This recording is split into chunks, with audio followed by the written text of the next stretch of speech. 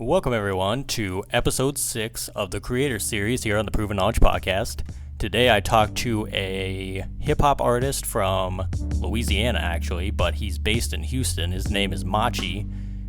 We had a pretty good conversation today. He gave a lot of inspiring information to me today. He talked about the importance of his brother, kind of being his manager, kind of his guiding hand, and how important that is to him and how important it is to keep, your friends and family around you. Talked about his current independent situation and if he would ever sign to a label or not, and really a lot of other really good stuff today. So enough talk, let's get into the episode. Okay, welcome everyone to episode 6 of the Creator Series here on the Proven Knowledge Podcast. Today we have another special guest. He's out of Houston, Texas, and he goes by the name of Mochii. How you doing, man? I'm doing good. How about you, man? Awesome. I appreciate you reaching out and being on the show today. So I want to start out kind of how we start out every episode, and that is kind of just introduce yourself to the people who don't know you. Tell me about your name and all that, and how you got into hip-hop to begin with. Can you repeat yourself? I couldn't hear you. Yeah, you're good. So basically just introduce yourself, kind of give everyone a background on your name, kind of how you got started in music and all that stuff. Okay, cool. So I go by Mochii. That's actually a weed strain. One day I was just chilling with the homie who was smoking, and it's called Mochii Lotto, and that's when I wrote my first song. And smoking it, and then ever since then I've just been calling myself Mochii. But I only been making music seriously for like a year now, and I started off producing, and then like it was just me trying to get other people to rap on my beats, but nobody was trying to rap on the beats I was making. So I was like, shit, fuck it, I'm gonna rap on my own beats. And ended up doing that, and people just been giving me good feedback on my music, and come to find out I was real good at it. So that's what I did, and moved out here to Houston to pursue music, because I mean it's pretty diverse out here, and yeah, that's basically that's it. I rap, I sing, and make beats. I engineer. I work at Barron Studios out here, and yeah, that's really it. Yeah, I remember I was looking at your YouTube a few days ago, and I saw that you had some beats up there, so I was gonna actually ask about producing, and I didn't know if you had like been producing first and then you were an artist, so you kind of cleared it up for me then. So you started producing and then did the artist thing. That's kind of, I think that's like the trend for most people that do both, is they start producing and then they end up figuring out that they can do more with themselves as an artist. And especially if you enjoy writing and things like that, I think it would probably be a lot easier for you to do. So that's definitely good. Another question I've been kind of kicking off every show with is, I know there's a lot going on in the world right now. We got a pandemic. We got a lot of unrest amongst a lot of people right now. I just kind of want to see, how are you kind of maneuvering through it yourself, and what are you doing to kind of keep sane during the last 4 or 5 months, you think? Basically, it's just like I'm doing this because I don't like right now the life like that I'm in right now. I'm not comfortable. Like I know I can do more, and that just goes back to like just hustling, man. Like these last 4 or 5 months, just like me seeing where I'm at now in life it just keeps giving me motivation even throughout this whole pandemic. It's like, yeah, we on lockdown and everything, but I mean, it's still other ways to go and capitalize on your talent. Cause like, it ain't nothing to just make a song. It ain't nothing to make a beat, write a song, record it, and do it yourself and put it out there. Cause I mean, with the internet nowadays, you can do anything, and it's all about just hustling, man. If you want it, just go ahead and get it. Yeah, I know, like, especially for, like you said, as us as creators, especially independent creators, I think we have all the tools we need, kind of. As long as you have a laptop and you have a mic and things like that, you can kind of make it happen however you want to make it happen. So, and I think it's kind of interesting. I had another conversation with another artist a few weeks ago, and we were talking about the bigger artists and how they didn't really know how to record themselves and, like, be their own engineer and things like that. And they've been able to learn the skill through having to be at home the whole time. and it's people that have been doing music for like 20, 30 years. But I think it kind of just shows how like you should definitely always be trying to learn new skills, especially like if you have the capability of doing it, just so you know how to do it in case there's an instance like what we've been dealing with where you're kind of alone and you can't really be around a ton of people all the time. So I think it's definitely important to continue to grow even during a time like this. And if we have the ability to do that, we should always be trying to do that, I think. So it's definitely, man. Definitely great. Just, what you were saying? What as far as writing goes for your music, what do you think? I know you said you make beats, so that probably helps a lot. What do you think is the biggest factor that goes into how you begin your writing process? Like, are you able to freestyle just from your beats or other people's beats, or do you need to actually sit and write everything out pretty much all the time, you think? I mean, it just depending on how I'm feeling. You know, if I'm in the room chilling, smoking, and I just throw a beat on and just start freestyling. But most of the time, like, I like to sit down and write because I want to say something. I want to touch people. Like, I want people to listen to my music and just be like, and that's just their release, listening to my music, and it makes them feel better. Mm-hmm. And I want people to feel how I feel when I listen to my music. And that's just, so basically, like, going in and actually sitting down, thinking about a concept and just seeing, and not even just the concept, is how I'm going to deliver it so people can feel it. Mm-hmm. And that's like one of my biggest things for when I'm writing is how I'm going to say it and like what cadence. And like I like I'm from Louisiana, and like where I'm from, like our music generated, like it started from jazz.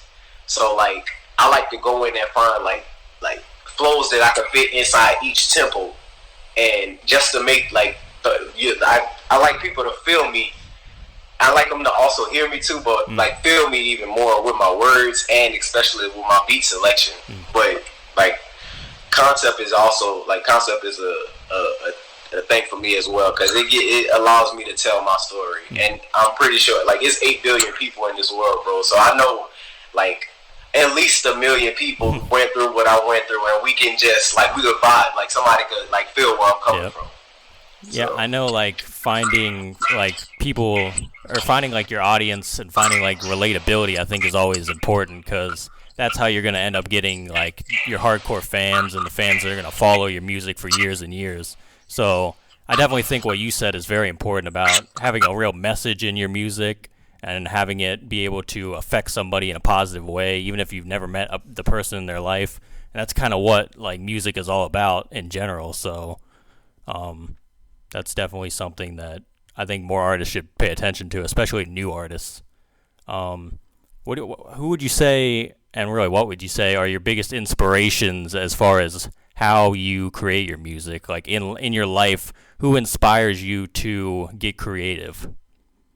Honestly, Kanye West, Erykah Badu. Who else? Kanye West, Erykah Badu. Smino, most definitely, because just like how yeah, that's my dude right there. And the Neptunes, like Pharrell, that's those four is just that's my sound as far as like the production to my delivery to just the vibe in general. And Erykah Badu, because like I've been told a lot like that when I sing, like my voice is kind of nasally like hers. But I mean, she's also a dope artist too. So I mean, but yeah, that's my influences. Nice. So besides the artists you just named, would you have any dream collabs that you would one day either be on their song or vice versa? I definitely would like to make have a feature on Katy Perry. Like I don't know why, it's just Katy Perry is just somebody that I always wanted to make a song with. Like I know it's like we not even in the same the same kind of like music genre. Yeah. But it would be dope as hell for somebody like me to hop on a track with Katy Perry. But then I could also hop on a song with like 21 Savage or somebody, just showing my versatility. Yeah, the Katy Perry one, that's kind of interesting. Yeah, I know she did like a song with Kanye, but that was like more of like a pop song that he was kind of just yeah. featured on. So I don't know. I haven't heard like any of her new music. I don't know if her sound is like changed or not, but I'd have to go and like listen to like her new stuff. But I know like 21 Savage, that seems like a pretty good fit and everything. So that would be interesting. So you said you're from Louisiana, but you're in Houston right now, correct? Yeah, yeah. So I know like Houston has a lot of like the whole rap scene in general has kind of like been rejuvenated because I know like 20 years ago, it was like a huge deal and it kind of fell away for a little bit, and now they have people like Travis Scott and Maxo Cream and Trey the Truth, a bunch of other people. So how do you think like you're trying to separate yourself from the pack? How do you think you're kind of trying to make your own self as an artist kind of stand out amongst the crowd, you think? Um, I feel like I never really thought about that. I just knew for a fact that like my sound, like I'm from Louisiana, and like believe it or not, like some people might say I don't sound like I'm from Louisiana, but I definitely hear, especially with with I'm real polyphonic, so like I think I remind myself of a Kevin Gates. Oh, okay. But setting myself apart from them, like that won't be hard, honestly. Like they like it's just the type of music that's and basically the different stories that we all went through. Like, and I'm like, not to sound like arrogant or anything, I just think I'm better than them. Like. I mean, it's good to have the confidence, though. Like, I think a lot of people, like, take things as, like, the wrong way, but, like, you just having the confidence, I think, is important, because if you don't have the confidence like that, I mean, are you really going to make it that far to begin with, you know what I mean?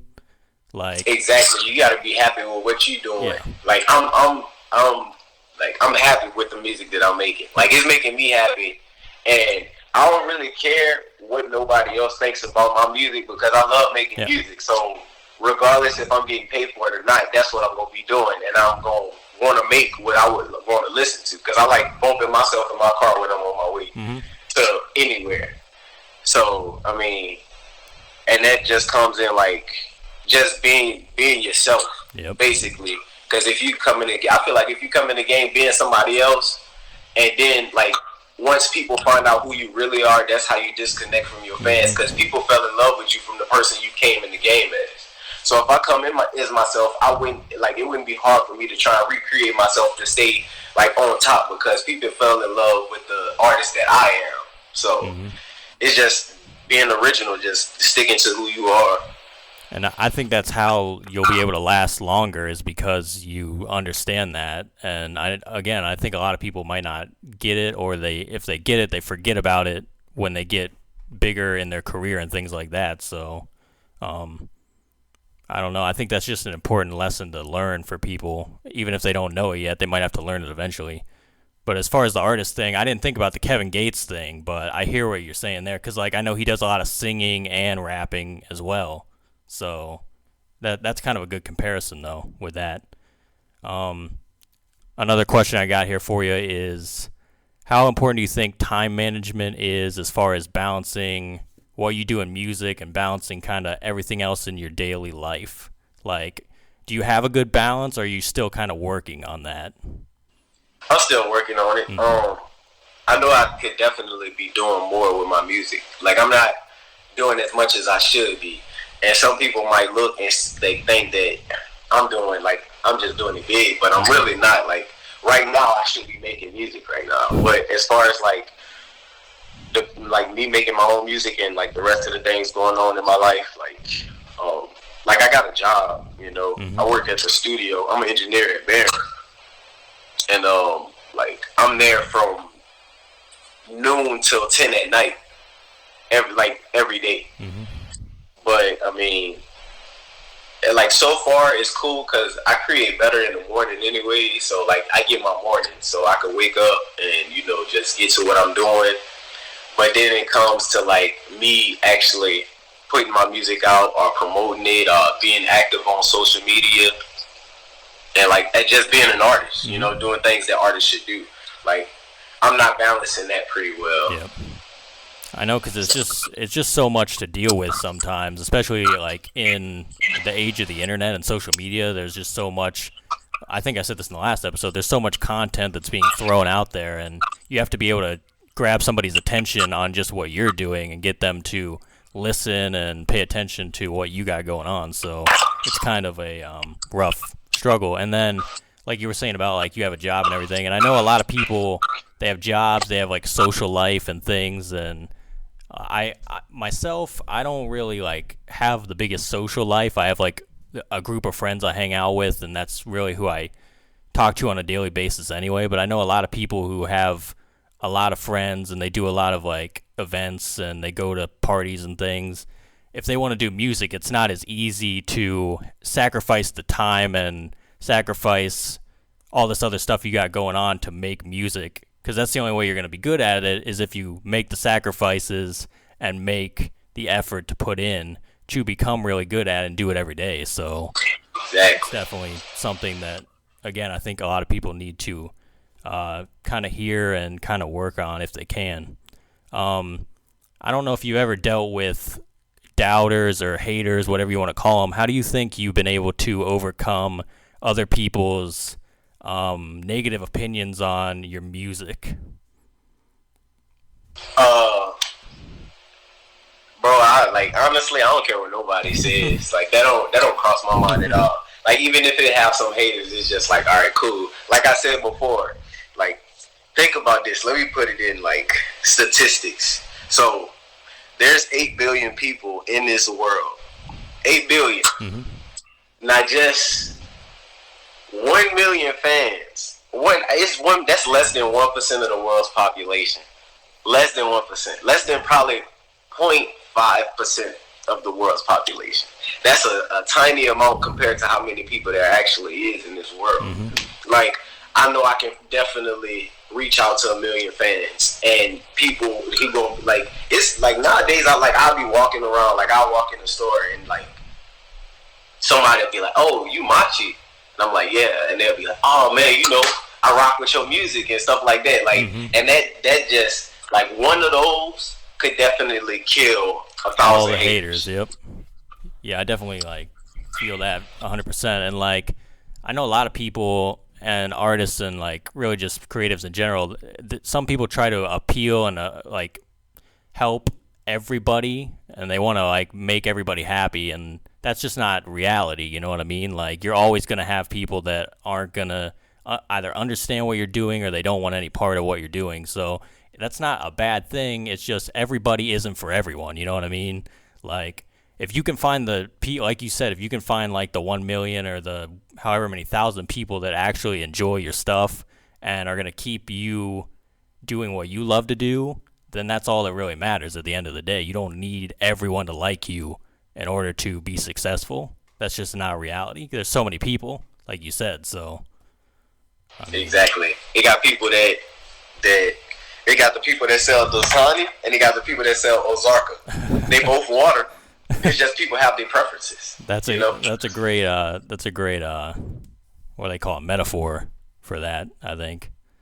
So I want to shift to kind of the business side for a minute of music. What do you think has been a struggle since you become an artist? Let's just say that. What has been a struggle financially for you, as far as like what you're devoting your finances to help promote your music?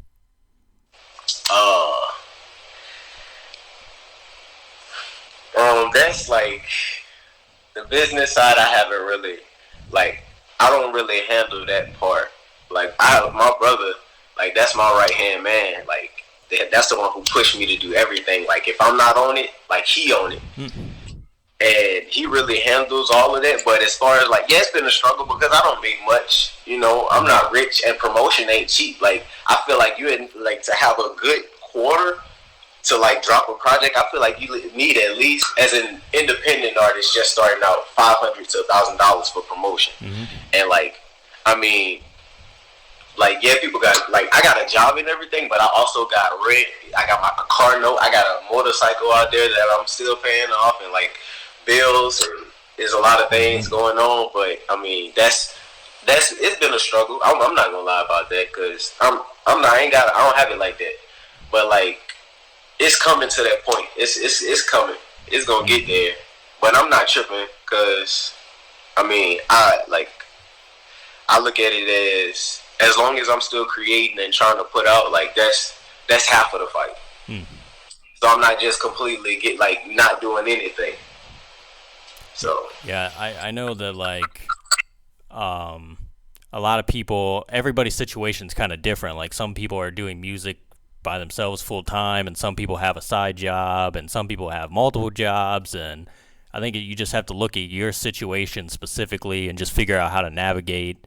And like you said about promotion, like I know even like let's use Instagram for example. Like Instagram 10 years ago was totally different than what it is now. Like Instagram back in like 2010 was just post photos of like your dog or something, and that was it. And you just throw a filter on there. Now it's like it's more of like a video and photo and all kinds of stuff. And there's so many millions of people on there, and you have to pay to promote your own content and things like that. And it's kind of just tough to figure out what money to put where. And like I said, you just got to figure out what's right for you in the situation and just try and experiment and do different things and just see what works. Because like at the end of the day, there's no set way to do this stuff, especially with the internet, like I said, and there's so many different ways to get it. So I think you just trial and error is a real thing when it comes to that. But just be safe with your money. Don't just throw money blindly at whatever and just hope it works.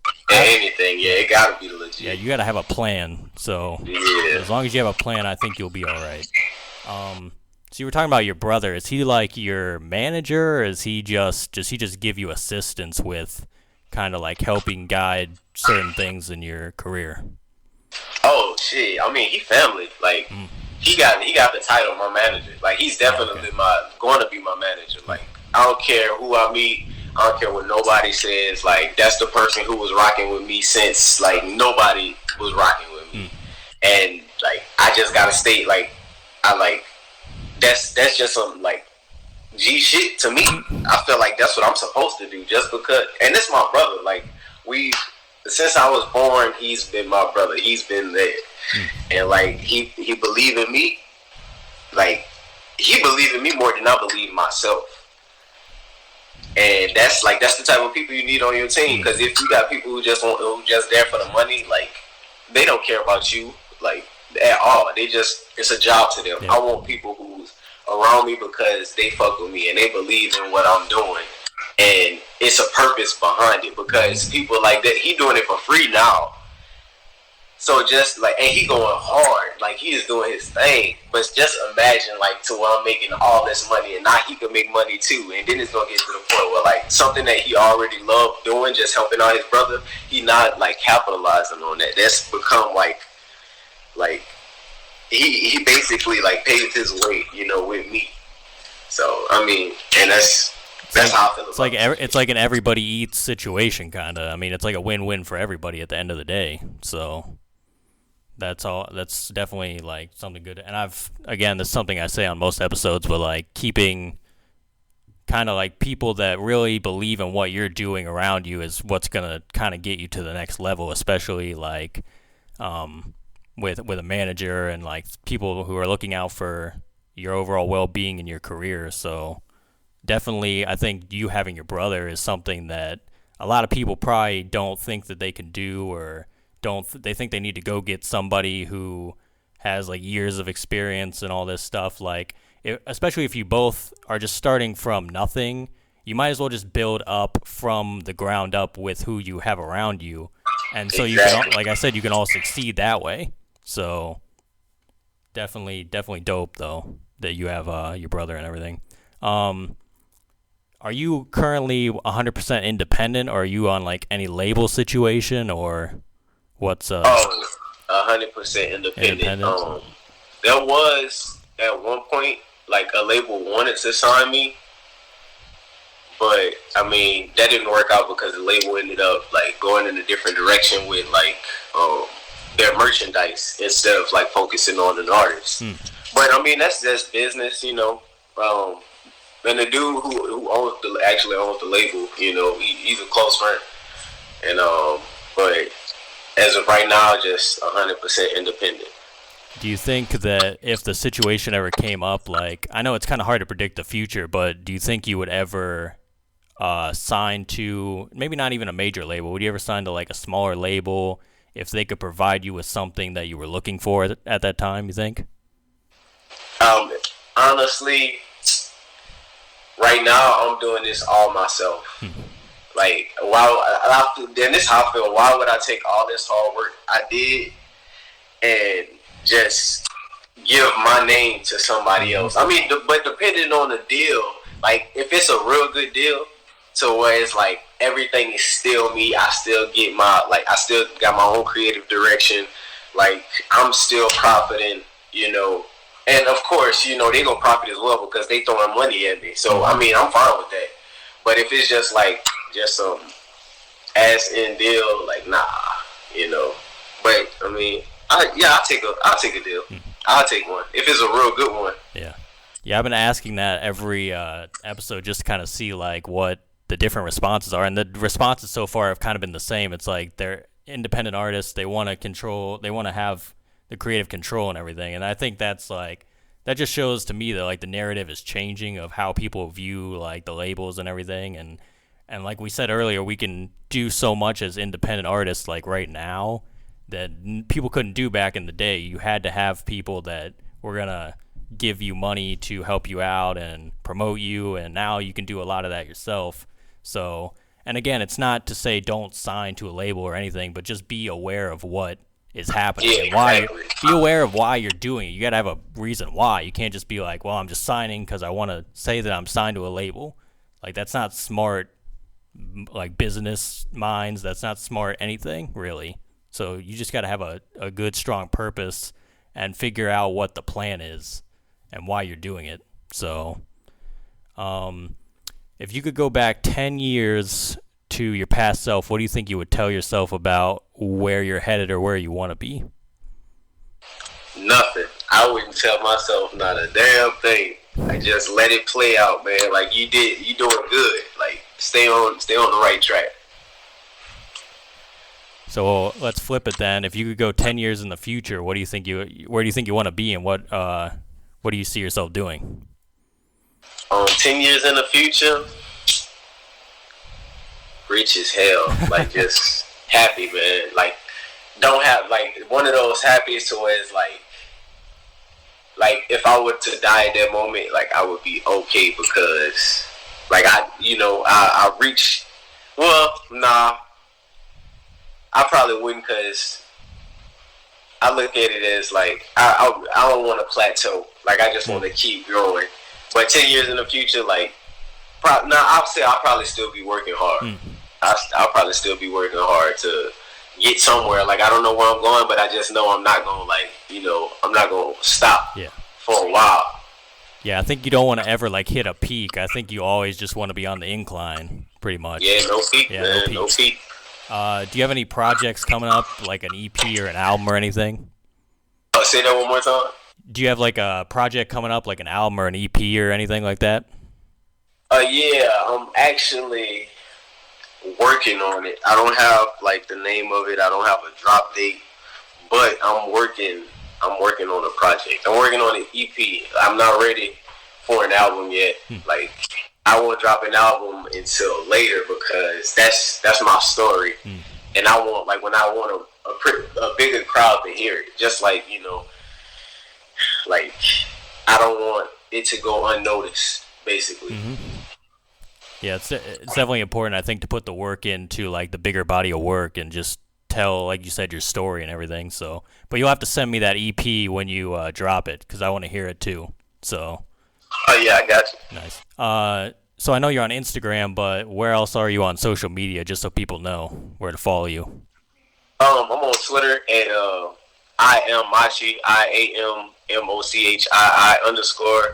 YouTube, you can just type in Mochii, and that's really it. Just Instagram, Twitter, and YouTube, really. Nice. You got any final words of wisdom today? Don't give up, man. Just no peak. Just keep fighting for what you want, and it's gonna come, man. Like we just speak it into existence. Like God created us, you know, and we were created in His image, and He spoke everything into this world. So He gave us the power of the tongue, and we should use this. Whatever we want in life, speak it into existence, and you know, work for it, and it's gonna come.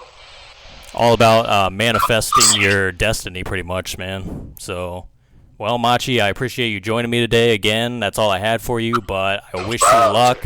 I can't wait to hear that EP and everything, and like I said, wish you luck on everything you got going, bro. I appreciate it, man. Thanks for having me. Yep, no problem, bro. We'll see you later, man.